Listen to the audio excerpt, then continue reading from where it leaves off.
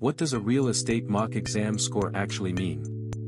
A practice score is only useful if it tells you what to fix next. In this video, we will turn common score ranges into a real study plan. If your mock score is under 60%, the issue is usually foundational. You are still missing the rule itself, not just making small careless mistakes. That means category review and smaller targeted sets work better than big random practice. A score in the 60s usually means partial readiness. You know enough to get some questions right, but your misses still cluster by topic or by question reading mistakes. This is where a smart wrong book and timed sets become valuable. If you are scoring in the 70s, you are usually close. The issue is often state-specific law, timing discipline, or overthinking. At this stage, your study plan should look more surgical. At 80% and above, the job changes.